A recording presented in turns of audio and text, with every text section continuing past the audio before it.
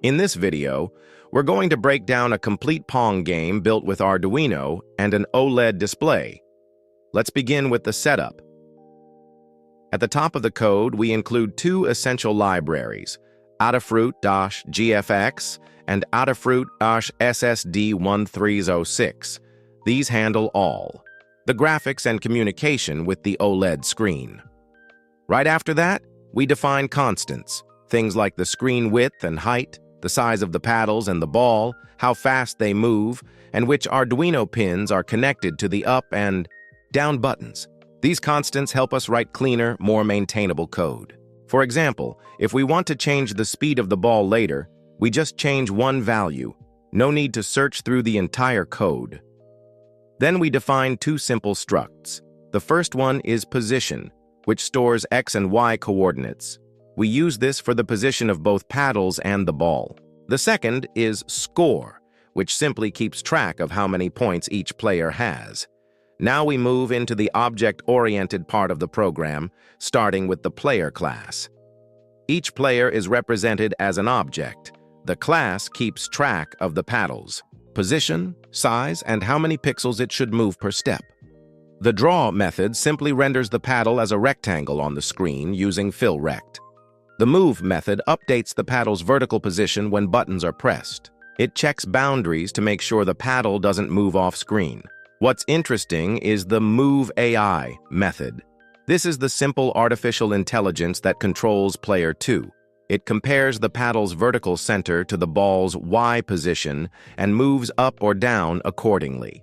But to keep the AI from being unbeatable, it includes a bit of randomness. Using random 0, 100, it sometimes intentionally moves the wrong way. This makes the game more fair and fun.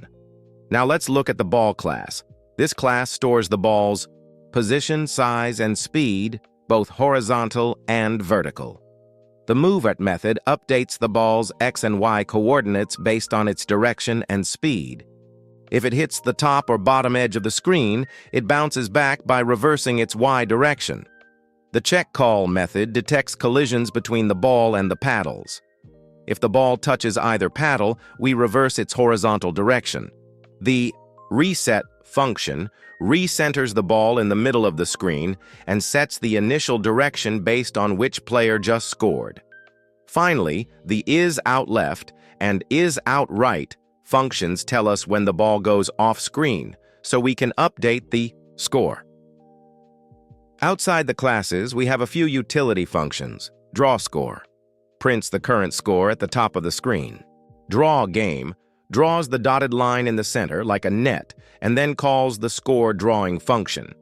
Then we create instances of our classes, one player on the left, one on the right, and the ball in the center. The setup function runs once at startup. It initializes the button pins and starts the OLED display using display begin. Now comes the core of the game, the loop function. This runs continuously, many times per second. First, we clear the display so we can redraw everything fresh, each frame. Then we read the states of the up and down buttons to control player 1. We call draw game to show the net and scores. We check for ball collisions with the paddles using check call, and then we check if the ball went off screen using score check. If it did, the score is updated and the ball resets. After that, we move player 1 based on button input. Player 2 uses the AI logic and follows the ball's Y position. We move the ball and then draw all objects, the ball, both paddles, and finally, refresh the screen with display. There's also a short delay at the end to control game speed. All in all, this is a clean and modular design.